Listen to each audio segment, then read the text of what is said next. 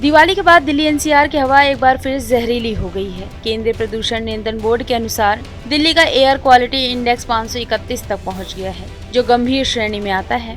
इससे लोगों को खांसी, गले में जलन और सांस लेने में दिक्कत जैसी समस्याएं हो रही हैं। साथ ही विशेषज्ञों के अनुसार इस प्रदूषण से बचने के लिए कुछ घरेलू उपाय अपनाए जा सकते हैं, जैसे गुड़ का सेवन करने से खांसी और गले की खराश में राहत मिल सकती है, लेकिन सीमित मात्रा में लें। इसके साथ ही दिन भर गुनगुना पानी पीते रहें, इससे गले की सूजन कम होती है। इसके अलावा काली मिर्च, अदरक, तुलसी और शहद से बने काढ़े का दिन में 2 बार सेवन करें, क्योंकि यह खांसी और गले की जलन में काफी लाभदायक होती है।